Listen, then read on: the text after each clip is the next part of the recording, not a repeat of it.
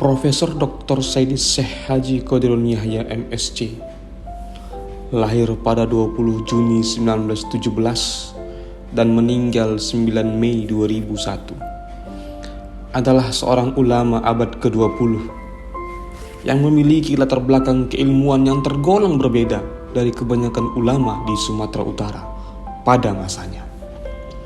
Ulama yang banyak mengecap pendidikan umum dan pernah menjadi tentara dan pejuang kemerdekaan ini mencoba memadukan ilmu eksakta dan metafisika dalam tarekat.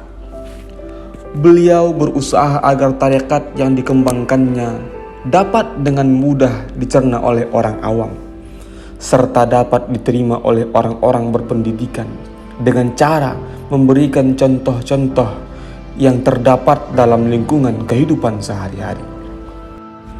Menurut Saidi Syekh Qadirun Yahya, pengamal tarekat tidak boleh mengabaikan atau meninggalkan syariat, sebab antara keduanya merupakan satu kesatuan yang tidak dapat dipisahkan. Dilihat dari murid, jamaah, dan perselukan, beliau berhasil menanamkan ajaran kepada umat. Surau di mana jamaah menimba ilmu serta melakukan ibadah dan ritual tarekat berkembang bukan hanya di Indonesia, melainkan juga Malaysia, Brunei Darussalam, dan Amerika Serikat.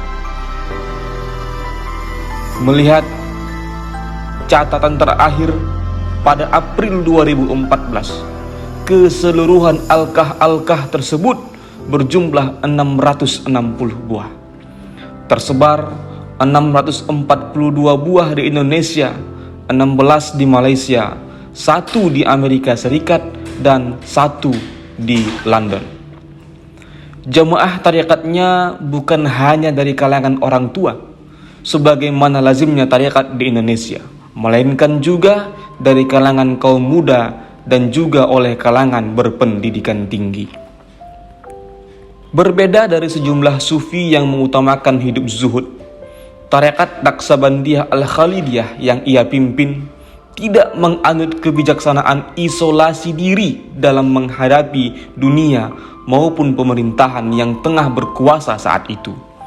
Sebaliknya, ia gigih melancarkan ikhtiar dengan berbagai kekuatan politik agar dapat mengubah pandangan mereka.